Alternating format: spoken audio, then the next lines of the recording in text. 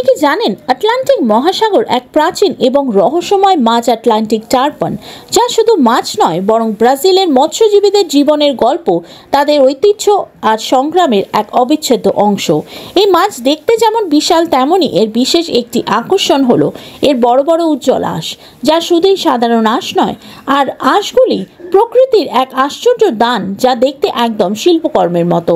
আর ব্রাজিলের মৎস্যজীবীরা প্রজন্মের পর প্রজন্ম ধরে এই মাছ এবং এর আঁশ নিয়েই জীবন গড়ে তুলেছে।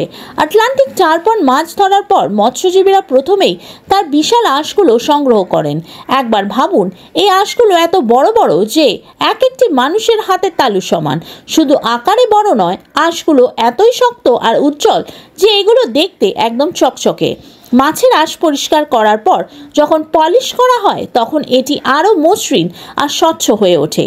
এইগুলি শুধুমাত্র শরীরের অংশ নয়, বরং এগুলো ব্রাজিলের উপকূলীয় এলাকাগুলির সংস্কৃতি ও শিল্পের এক গুরুত্বপূর্ণ উপাদান। মাছের আঁশ থেকে তৈরি হয় ল্যাম্পসেট, গয়না আর সজ্জা সামগ্রী। এর মধ্যে সবচেয়ে জনপ্রিয় হলো মাছের আঁশের ল্যাম্পসেট। আপনি যদি এই ল্যাম্পসেট দেখেন তাহলে একেবারে মুগ্ধ হয়ে যাবেন। ল্যাম্পসেটের ভেতরে আলো চললে তা পুরো ঘরে এমন এক জাদুকরীর পরিবেশ তৈরি করে যা অন্য কিছুর সঙ্গে তুলনাই করা যায় না। শুধু ল্যাম্পসেট নয়, এই আঁশ দিয়ে তৈরি হয় গয়না, ছোট ছোট শোপিস এবং আরও অনেক ধরনের হস্তশিল্প। এইগুলো শুধু ব্রাজিলেই নয়, সারা বিশ্বে অত্যন্ত চাহিদা সম্পন্ন। এই আঁশ থেকে তৈরি জিনিসপত্র দেখতে এতই আকর্ষণীয় যে এগুলোকে বাড়ির সৌন্দর্য বাড়ানোর জন্য ব্যবহার করা হয়।